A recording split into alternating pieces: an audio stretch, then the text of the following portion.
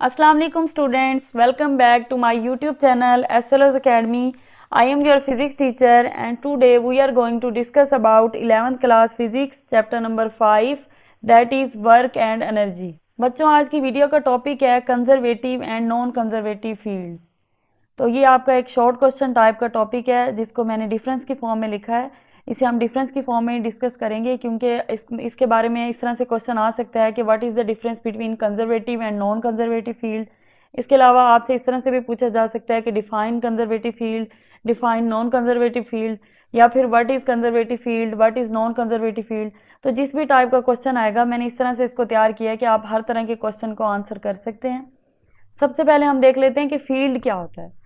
तो फील्ड जो है ना, अगर इसको मैं आपको समझाने के लिए बताऊं, उर्दू में बताऊं, तो इस तरह से है कि एक बॉडी के बाहर एक रीजन जिसके अंदर वो बॉडी जो है वो किसी दूसरी बॉडी के ऊपर अपनी जो फोर्स है वो लगा सकती है।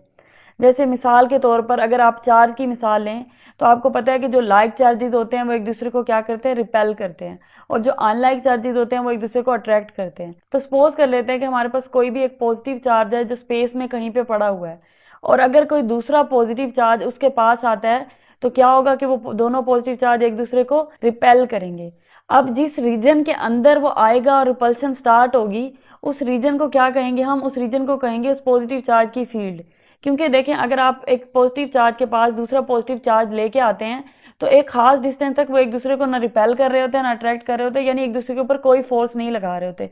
लेकिन जैसे जैसे आप करीब लेके आते हैं फिर एक ऐसा पॉइंट आता है जिसके आगे जब आप उसको लेके आना स्टार्ट करते हैं या लेके आना चाहते हैं तो क्या होता है कि जो अंदर रखा हुआ पॉजिटिव चार्ज है वो अपनी फील्ड के जरिए बाहर वाले चार्ज को रिपेल करता है। तो ये क्या है, ये उसकी फील्ड है, वो वाली बाउंड्री जिसके अंदर आने के बाद आप रिपल्शन फोर्स को फील कर सकते हैं, वो क्या होती है, वो उसकी फील्ड होती है। इसी तरह से आप अगर मैग्नेट की बात कर लें, जो कि आई थिंक इससे ज़्यादा सिंपल और आसान एग्जांपल है समझने के लिए, तो घर में अक्सर आपने मैग्नेट पकड़ा होता है, आप दो मैग्नेट को लेके उसके साथ अट्रैक्ट और रिपल्शन को जो है वो फील कर रहे होते हैं। तो उसमें क्या होता है कि एक मैग्नेट जब आप दूसरे मैग्नेट के करीब लेके आते हैं तो अगर वो दोनों सेम पोल्स वाले मैग्नेट हैं तो क्या होगा, उनमें क्या होगी, रिपल्शन होगी। रिपल्शन भी आप तब फील करते हैं जब आप दूर से उन दोनों को पास ले आना स्टार्ट करेंगे तो वो दोनों क्या है, वो दोनों एक दूसरे को रिपल नहीं करेंगे, यानी कि दूर से क्या होगा, आपको ऐसे फील हो रहा होगा कि उनके दरमियान कोई भी अट्रैक्शन, रिपल्शन, किसी भी टाइप की कोई इंट्रैक्शन ही नहीं है, कोई फोर्स ही नहीं है। लेकिन एक खास रीजन पे आके, एक खास पॉइंट पे आके आपको फील होगा, अगर वो लाइक पोल्स हैं तो उनमें रिपल्शन वाली फोर्सेज आप फील करेंगे, और अगर अनलाइक हैं तो तब आपको अट्रैक्शन वाली फोर्सेस फील होंगी।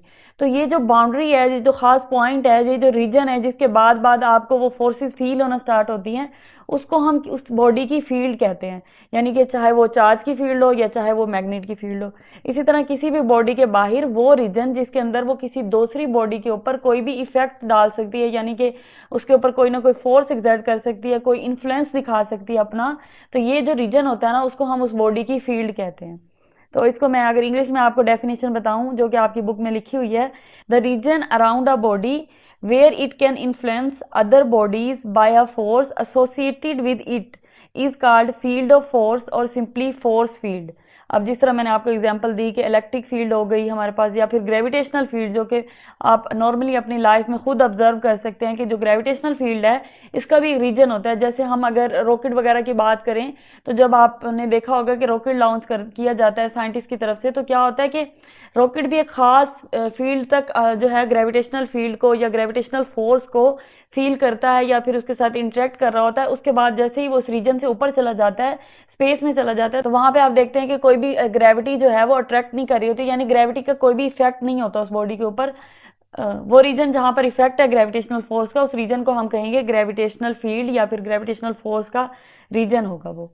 अब ये तो हो गई फील्ड की बात। इसके बाद फील्ड जो है वो दो तरह की होती है, एक होता है कंजर्वेटिव फील्ड और दूसरा है नॉन कंजर्वेटिव फील्ड। अब हम देखते हैं कि कंजर्वेटिव फील्ड से क्या मुराद है और नॉन कंजर्वेटिव फील्ड से क्या मुराद है। तो जैसे कि आपको पता है कि हम वर्क वाला चैप्टर पढ़ रहे हैं, तो इसमें ना थोड़ा सा वर्क का भी कंसेप्ट आएगा, वर्क से रिलेट करके फील्ड को कंजर्वेटिव और नॉन कंजर्वेटिव कहा गया है। तो इसको मैं पहला पॉइंट पढ़ती हूँ। A field where the work done is independent of the path taken and depends only on the initial and final positions. ऐसी field where the work done is independent of the path taken, यानी कि ऐसा field जिसके अंदर जो भी work done हुआ है वो इंडिपेंडेंट ऑफ पाथ है, यानी पाथ पे डिपेंड नहीं कर रहा और किस चीज़ पे डिपेंड कर रहा है, only on initial and final position. सिर्फ हमारा स्टार्टिंग वाला पॉइंट जहाँ से हमने वर्क करना स्टार्ट किया उस पॉइंट पे और जहाँ तक हमने किसी बॉडी के ऊपर वर्क किया है उस पॉइंट पे डिपेंड कर रहा है। तो ऐसे फील्ड को हम कहते हैं कंजर्वेटिव फील्ड। अब मैं आपको थोड़ा सा रिमाइंड करा देती हूँ कि वर्क डन को हमने किस तरह से पढ़ा था कि जब हम किसी भी बॉडी के ऊपर फोर्स लगाते हैं और अगर वो बॉडी डिस्प्लेस होती है उस फोर्स की डायरेक्शन में, तो हम क्या कहते हैं कि ये क्या है, ये वर्क डन है हमारे पास। और जो फोर्स है उसके लिए भी हमने कंडीशन पढ़ी थी कि फोर्स क्या हो, कांस्टेंट हो। तो अगर हम किसी भी बॉडी के ऊपर कांस्टेंट फोर्स अप्लाई करते हैं और वो बॉडी अपनी पहले वाली इनिशियल पोजीशन छोड़कर किसी फाइनल पोजीशन पे चली जाती है यानी डिस्प्लेस हो जाती है, तो हम क्या कहते हैं कि ये उस बॉडी पर वर्क हुआ है। तो अब हम यहाँ पे क्या कह रहे हैं, field where the work done. अब आपको वर्क डन रिमाइंड हो गया ना कि क्या है वर्क डन, जब हम फोर्स लगा रहे हैं और डिस्प्लेसमेंट हो रही है। तो a field where the work done is independent of the path, जहाँ पर वर्क डन जो है वो पाथ इंडिपेंडेंट है। पाथ इंडिपेंडेंट होने से क्या मुराद है, यानी अगर हमने बॉडी को या किसी भी ऑब्जेक्ट को एक पॉइंट ए से पॉइंट बी की तरफ लेके जाना है तो उसके लिए काफ़ी सारे रास्ते हो सकते हैं, यानी हम डायरेक्ट ए टू बी भी जा सकते हैं और ए से साइड से होकर यानी जिगजैग पाथ लेके बी की तरफ भी जा सकते हैं। तो डिफरेंट पाथ हैं। जैसे फॉर एग्जांपल आपने अगर स्कूल जाना है और स्कूल अगर आपके घर के बिल्कुल सामने है, जैसे स्कूल के सामने आपका घर है, तो उसको आप ऐसे इमेजिन कर लें कि उसकी तरफ दो तीन पाथ जाते हैं। एक है कि आप स्ट्रेट चले जाएं सीधा तो भी आप अपने स्कूल पहुंच सकते हैं। उसके अलावा दूसरा ये है कि अगर आप किसी और गली से मुड़ के कहीं और से किसी और मोहल्ले से गुजर कर अपने स्कूल जाते हैं, वो एक बात है। इसके अलावा तीसरा किसी दुकान के पीछे कोई गली है या वहाँ से कहीं से गुजर के जाते हैं। तो इस तरह दो तीन पाथ हैं अगर आपके पास, अब वहाँ पर आप जा रहे हैं तो आप क्या करें, वर्क कर रहे हैं। अब ये जो फील्ड है ना, ये वर्क के ऊपर इंडिपेंडेंट है, यानी इससे फर्क नहीं पड़ता कि आप कौन सा पाथ चूज कर रहे हैं वर्क करने के लिए। सिर्फ फर्क इससे तो पड़ता है कि इनिशियल पॉइंट कहाँ पर थे और फाइनल क्या, यानी कि इनिशियली हमारा ऑब्जेक्ट कहाँ पे था और बाद में फाइनली कहाँ पे पहुंचा, सिर्फ इस चीज़ पे डिपेंड करता है। तो ऐसी फील्ड को हम कहते हैं कंजर्वेटिव फील्ड। इसके बरक्स जो नॉन कंजर्वेटिव फील्ड होती है उसमें क्या होता है कि a field where the work done depends on the path taken. इसमें ये होता है कि जो वर्क डन होता है वो डिपेंड करता है कि कौन से पाथ के थ्रू ये हुआ है।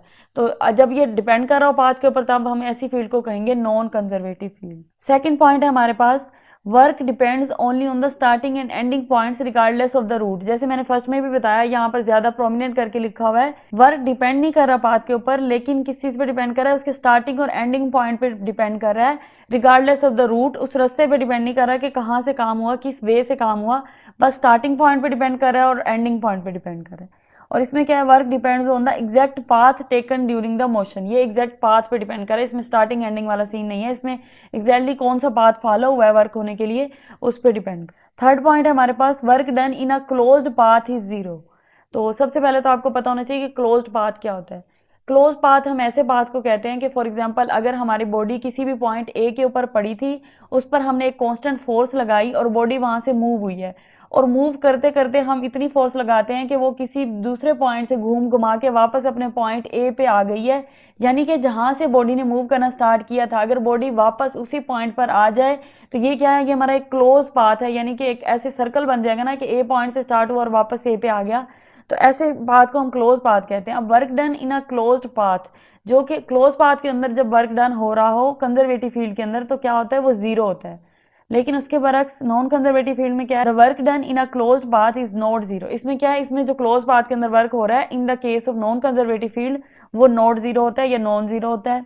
उसके बाद एनर्जी की बात कर लेते हैं। एनर्जी क्या होती है, एनर्जी आपको पता है कि किसी भी काम को करने की जो एबिलिटी होती है वो एनर्जी होती है।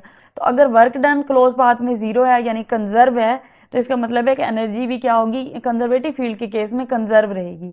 और एनर्जी के कंजर्व होने को आप इस तरह से समझ सकते हैं, मिसाल के तौर पर आपके पास कोई भी एक ऑब्जेक्ट है जो कि ज़मीन के ऊपर पड़ा है। फॉर एग्जांपल आपके पास बॉल है, आपने नीचे से ज़मीन से फर्श से बॉल को उठाया है और कुछ हाइट पे स्पेस में ले गए हैं, ऊपर अपने हाथ से उठा के उसे कुछ हाइट पर ले गए हैं। अब वहाँ पर आपने बॉल को छोड़ दिया है। तो अब जब आप नीचे से बॉल को ऊपर एक हाइट स्पेसिफिक हाइट तक लेके गए थे तो क्या हुआ था कि बॉल ने आपने बॉल के ऊपर जो वर्क किया उसने उस वर्क को एनर्जी के फॉर्म में अपने अंदर स्टोर कर लिया था, जिसे हम कहते हैं पोटेंशियल एनर्जी, जो कि हाइट की वजह से हम कहते हैं कि होती है the energy due to height या due to position is called potential energy. तो आपने जब उस बॉल के ऊपर वर्क किया और उस बॉल ने क्या किया कि उस वर्क को एनर्जी के फॉर्म में अपने अंदर स्टोर कर लिया जब वो स्पेसिफिक हाइट पे गई। अब जैसे ही आप उस बॉल को छोड़ते हैं तो क्या होता है, बॉल क्या वहीं रुकी रहती है, नहीं होता ना ऐसा, वो वापस नीचे आ जाती है और फर्श के ऊपर या ज़मीन के ऊपर आकर बाउंस होती है या ज़मीन के ऊपर आकर लगती है। तो ये क्यों होता है, ये एनर्जी कहाँ से आती है? ये एनर्जी वही वाली एनर्जी होती है जो आपने उसके ऊपर जब इनिशियली वर्क किया होता है, आप उसको देते हैं और उसे वो पोटेंशियल एनर्जी के फॉर्म में अपने अंदर स्टोर कर लेती है। उसके बाद जब आप बॉल को छोड़ते हैं, उसको मतलब वर्क नहीं कर रहे होते, जब आप बॉल को बिल्कुल हाथ से छोड़ देते हैं तो क्या होता है, वो नीचे गिरती है उस एनर्जी की वजह से जो वर्क की फॉर्म में उसने अपने अंदर स्टोर की होती है। तो ये एनर्जी जो है कंजर्व रहती है, यानी कि वापस आ जाती है। जितनी एनर्जी आपने उसको दी थी वर्क डन के थ्रू, उतनी की उतनी ही वापस आके वो दोबारा ज़मीन पे आके नीचे लगेगी। लेकिन उसके बरक्स नॉन कंजर्वेटिव फील्ड में क्या होता है, energy is not conserved as it dissipates, for example as heat और साउंड। अब इस केस में क्या होता है, नॉन कंजर्वेटिव फील्ड में एनर्जी जो है वो कंजर्व नहीं रहती। अब इसकी मिसाल आप ऐसे ही समझ लें, जैसे फॉर एग्जांपल अगर आप जैसे कोई भी आपके पास एक ऑब्जेक्ट है जिसे आप एक फ्रिक्शनल स्पेस के ऊपर रब करना स्टार्ट करते हैं या फिर उसे उसके ऊपर पुल करते हैं, पुश करते हैं, यानी आप एक ऑब्जेक्ट को एक फ्रिक्शनल फर्श के ऊपर, एक फ्रिक्शनल सरफेस के ऊपर मूव कराना चाहते हैं, तो उससे क्या होगा कि जब आप ऑब्जेक्ट को मूव कराएंगे तो उसके ऊपर नीचे जो फर्श के साथ फ्रिक्शन होगी उसकी वजह से काफ़ी ज़्यादा एनर्जी जो है वो लॉस हो जाएगी। जब आप उसे मूव करा रहे होंगे, आप उसके ऊपर वर्क करेंगे, वो एक पोजीशन से दूसरी पोजीशन पे जाएगी, तो वो वर्क जो है उसके अंदर स्टोर तो होगा, लेकिन क्या होगा कि अब काफ़ी सारी एनर्जी जो है हमारी वो नीचे रगड़ने से जो साउंड प्रोड्यूस होगा, उसके अलावा हीट प्रोड्यूस होगी फ्रिक्शन की वजह से, तो उसमें ज़ाया हो जाएगी, जिसकी वजह से वो कंजर्व नहीं रहती। यानी वो वापस वैसे आएगी लेकिन उस तरह से नहीं आएगी जितनी आनी चाहिए, यानी जितनी आपने उस बॉडी को डिलीवर की होगी उतनी बॉडी हमें जो एनर्जी है वो वापस नहीं दे रही। तो ये ऐसी एनर्जी क्या होती है, हम इसे कहते हैं नॉन कंजर्वेटिव एनर्जी। तो नॉन कंजर्वेटिव फील्ड के अंदर एनर्जी कंजर्व नहीं रहती due to dissipation as a heat और एज अ साउंड। इसके बाद एग्जाम्पल देख लेते हैं।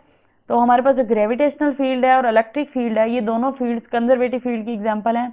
ग्रेविटेशनल फील्ड का आपको पता है, हम सब जानते हैं, ग्रेविटी की वजह से जो फील्ड प्रोड्यूस होती है वो ग्रेविटेशनल फील्ड होती है। और इलेक्ट्रिक फील्ड जो चार्जेस की वजह से प्रोड्यूस होती है, ना सिर्फ चार्जेस बल्कि स्टैटिक चार्जेस। स्टैटिक यानी कि ऐसे चार्जेस जो एट रेस्ट हों। जैसे मैंने आपको स्टार्टिंग में एग्जांपल दी कि अगर आपके पास कोई भी एक पॉजिटिव चार्ज स्पेस के अंदर रेस्ट पे हो और उसके बाद उसके बाहर जो फील्ड बनेगी, उसे मैंने आपको बताया था कि उस फील्ड को हम फील्ड कहेंगे। तो वो जो फील्ड है वो ना सिर्फ फील्ड है बल्कि वो कंजर्वेटिव फील्ड है, ठीक है। और वो कंजर्वेटिव क्यों है, क्योंकि उसमें ये सारी प्रॉपर्टीज़ होंगी। उसके बरक्स इस साइड पे नॉन कंजर्वेटिव फील्ड की एग्जांपल अगर हम देखें तो हमारे पास फ्रिक्शनल फील्ड आ जाती है। जैसे मैंने अभी आपको एग्जांपल दी कि एनर्जी कंजर्व क्यों नहीं रहेगी, क्योंकि वो डिसिपेट हो जाती है as a form of heat and sound. तो ये क्या फ्रिक्शनल फील्ड के अंदर होता है, एयर रेजिस्टेंस के अंदर होता है। एयर रेजिस्टेंस में भी आपको पता है कि क्या होता है कि एक रेजिस्टिव फोर्स होती है। जैसे अगर गाड़ी आपकी मूव कर रही है, रोड पे मूव कर रही है और हवा चल रही है या हवा नहीं भी चल रही, जब तब भी आपने फील किया होगा कि जब गाड़ी मूव कर रही होती है और अगर आप अपना हाथ विंडो से बाहर निकालें तो आपको क्या होता है, एक अपोजिट एयर की फोर्स फील होती है जिसे हम ड्रैग फोर्स कहते हैं। तो इस तरह की जो फील्ड है उसको भी हम क्या कहेंगे, नॉन कंजर्वेटिव फील्ड कहेंगे। उसके बाद विस्कस ड्रैग है। विस्कस ड्रैग क्या होता है कि अगर आप कोई भी ऐसा डेंस फ्लूइड है, जैसे लाइक अगर आप शहद की बात कर लें, हनी, या फिर अगर आप दूध की बात कर लें, खैर दूध की डेंसिटी शहद से कम होती है लेकिन फिर भी वो एक फ्लूइड है जो डेंस है, पानी से ज़्यादा डेंस होता है। तो उसके अंदर जो ड्रैग फोर्स होती है, ड्रैग फोर्स से मुराद ये है कि अगर आप शहद के अंदर पेंसिल को डिप करें और उसे मतलब आप मूव कराना चाहें, आगे पीछे करें, तो क्या होता है कि वो एक रेजिस्टेंस फील करेगा, आसानी से मूव नहीं करेगा। एक आपको फील हो रहा होता है कि कोई फोर्स है जो आपको आगे और पीछे करने से पेंसिल को रोक रही है। तो ये क्या है, ये हमारे पास एक ड्रैग फोर्स होती है, विस्कस ड्रैग जिसे हम कहते हैं। विस्कोसिटी होती है यानी कि डेंसिटी की वजह से जो फोर्स प्रोड्यूस हो रही होती है। तो ये भी हमारे पास नॉन कंजर्वेटिव फील्ड के अंदर आ जाता है। तो ये था बच्चों आज का आपका टॉपिक, जिसमें हमने डिस्कस किया कि फील्ड क्या होता है, कंजर्वेटिव फील्ड क्या है, नॉन कंजर्वेटिव फील्ड क्या है, और उनमें डिफरेंस भी हमने देख लिया। तो अगर आपके पेपर में इस तरह कोई क्वेश्चन आ जाता है कि व्हाट इज़ कंजर्वेटिव फील्ड या फिर what is non conservative field, या फिर difference between conservative and non conservative field, या फिर डिफाइंड फील्ड, तो इनमें से जो भी क्वेश्चन आ जाता है आप इस सब को आई होप के आंसर कर सकेंगे। तो आज का लेक्चर यहीं तक था। आई होप आपको लेक्चर समझ आ गया होगा, और अगर आपको कोई कन्फ्यूजन है तो आप कमेंट सेक्शन में लाजमी बताइएगा, मैं आपको आंसर कर दूंगी। Thank you so much.